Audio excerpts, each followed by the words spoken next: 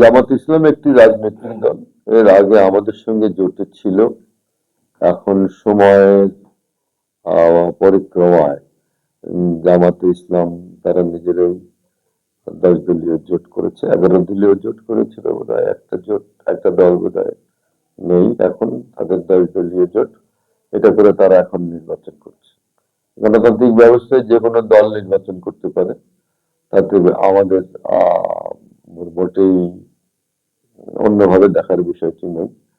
তারা একটা রাজনৈতিক দল হিসেবে যা ভালো বুঝেছে তাই তারা করেছে। তবে আমরা আশা করি যে এখানে জাতীয়তাবাদী শক্তি এবং লিবারেল ডেমোক্রেটিক ফোর্স হিসেবে বিএনপিকে এই এলাকার মানুষ আগেই যেমন বেছে নিয়েছে, এখন আবারও বেছে নেবে। ধর্মীয় মৌলবাদের যে ভীতি সারা পৃথিবীতে আছে, সাম্প্রদায়িক সংঘাতের যে সম্ভাবনা বাংলাদেশ, আমাদের এই অঞ্চল ছাড়াও সারা পৃথিবীতে দেখা দেয়, সেই সংঘাতের আশঙ্কার জায়গা থেকে ধর্মকে রাষ্ট্র এবং রাজনীতি থেকে বহু আগেই আলাদা করা হয়েছে। অর্থাৎ ধর্ম যার যার, আর রাষ্ট্র হচ্ছে সকলের।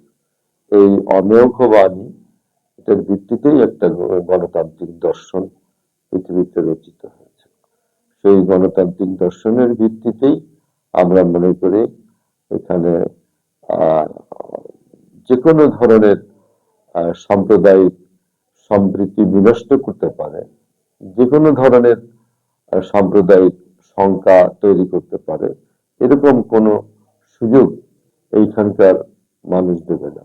আমাদের এই অঞ্চলের সিংহভাগ মানুষ মুসলমান, একই সঙ্গে বাঙালি। বাঙালি মুসলমানদের একটা ভাবাদর্শ আছে।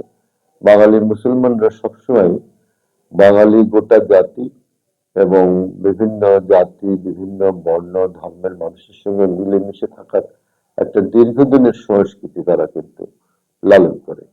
এই অঞ্চলের বাঙালি মুসলমানরা এখানে অনেক লিবারেল এবং উদার একটা ধর্মীয় মূল্যবোধের জায়গা থেকে এখানে সাম্প্রদায়িক সম্প্রীতি নিয়ে তারা দীর্ঘদিন ধরে বাস করে। তো সেটা কোনোভাবেই ক্ষুণ্ণ হোক কোনো মৌলবাদী রাজনীতির কারণে বা মৌলবাদী রাজনীতির একটা সম্ভাবনা কে একটা ভীতকর ভাবে বিবেচনা করে এখানে তাদেরকে এখানে মানুষ বেছে নিবে, এটা মনে করার কোনো কারণ নেই। আমরা নিশ্চিত যে আমাদের এই জনপদে বাঙালি মুসলমান, বাঙালি হিন্দু, বাঙালি বৌদ্ধ, বাঙালি খ্রিস্টান যারাই এখানে বাস করে, সকলে মিলে একসঙ্গে বাস করবে। সুতরাং জামাতে ইসলামের রাজনীতি শেষ পর্যন্ত যে মৌলবাদকে ভিত্তি করে তারা এখানে রাজনীতি করেছে, সেই বিষয়টা এখানকার মানুষ